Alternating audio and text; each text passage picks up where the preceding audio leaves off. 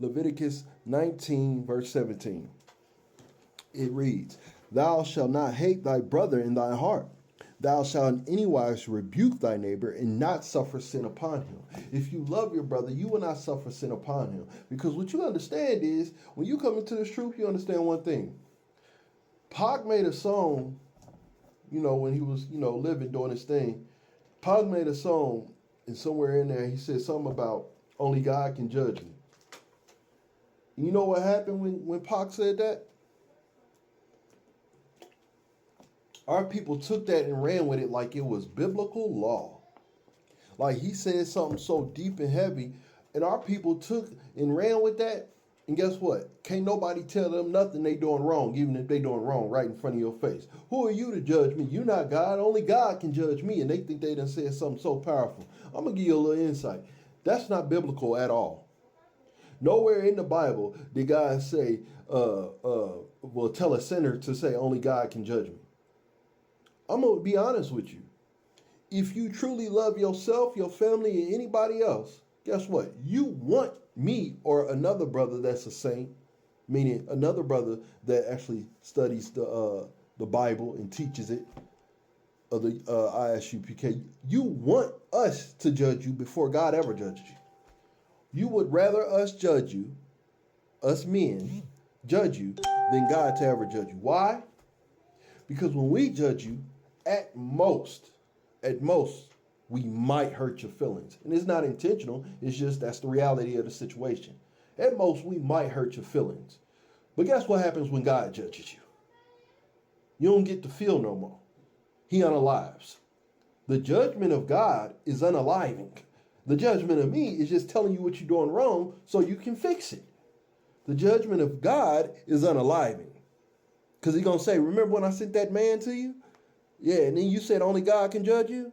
Well, hello, here I am. That's why you're not breathing no more. Because he tried to tell you, this is wrong, that's wrong, you need to fix this, do that, don't do that, start doing this. He tried to tell you everything. And all you could respond with was, only God can judge me, so I'm going to stay a part of the alphabet community. Only God can judge me, so I'm going to stay in whoredom.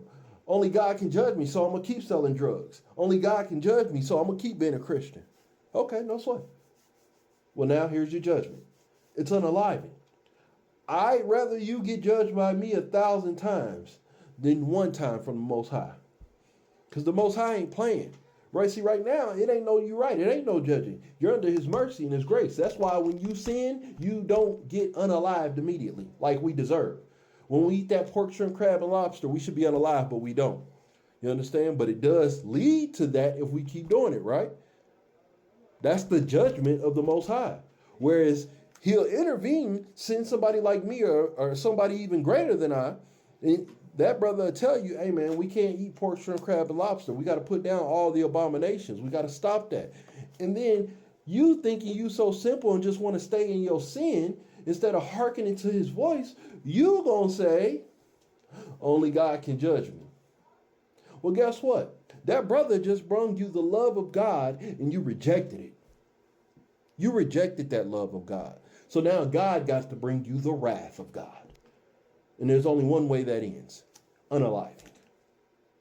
I don't want to see my people unalived. So in that sense, guess what? I guess I love you more than you love you. Because you thinking only God can judge you. Me with the knowledge, the little bit of knowledge God gave me, I already know. You don't want that judgment. No. Huh. Hear my loud mouth all day. I'd rather you hear my loud mouth all day than to get judged by God one time, 1 second.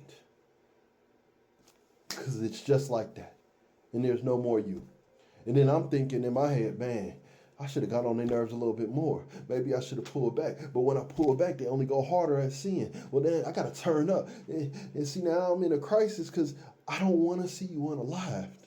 I'm not saying don't do these things because of a pride. I'm saying stand on the moral of God because I don't want to see our people destroyed. See, I know why we were sent over here in slavery. I know why every hood looks like us. See, I know why black on black violence is at an all-time high. I understand and I know why our little babies can't have mommy and daddy in a household on one accord. I know why. It's because we don't listen to our God. And the Most High is sick of that. Therefore, we suffer through all these curses because of our disobedience. And the Lord is sick of it, and guess what? I'm sick of it too. So what I do is, I tell our people flat out, no, I'm not sugarcoating it. No, you cannot be a part of the alphabet community. No, baby, you are meant for one man your entire life. If you've done more than that, then no, you're wrong. I don't care how you got there. Unless the first man you slept with died, unless the first man you laid with passed away, you're wrong. You should never have moved on from that. You should be with, so whoever you're with now, if you are intimate with the man now, you should only be intimate with him for the rest of your days. Whoever that man is. You understand? It's not that I'm trying to, it's not I hate our sisters. No, I love y'all. So the biggest detriment to y'all right now is whoredom. Not only do you partake in it, you find pride in it. I seen a post the other day, a woman said, I did, I'm done, or something like that. And she had a party celebrating the destruction of her family.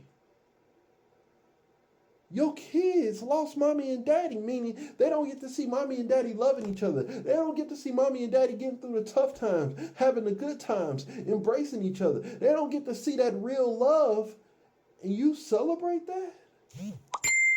That's a celebration? And I'm the bad guy because I don't think that them kids should have to be put through that? Well, I'll be the bad guy. That's just how that's going to go. No sweat. I'll be the bad guy. But somebody got to speak for them kids. Somebody got to speak for the next generation. Somebody got to stand up for the next generation. You know why? Because you won't. It's hot girl summer. That means more to you than raising your kid under a righteous household. You understand? You got to be a Christian. That means more to you than coming into your nationality, to your real culture. It's at a point now, I had a conversation with a lady. She doesn't even think bloodline matters anymore. That's how much hate we have for each other. Guess what? You ask any other nation of people, they'll tell you, oh, my bloodline matters. Oh, the bloodline matter. We the only people that you're going to find, a majority of us, that don't think the bloodline of us matter. And that's because we think of slavery. You understand, when we see our bloodline, we think of failure. We think of stress, depression. We think of everything that's horrible when we think of our bloodline. And that's because the earth was given into the hand of the wicked, and they've done a number on us. But now it's time to come out of that, man. It's time to come back to the Most High in Christ. It's time to come back to your nation. You are an Israelite.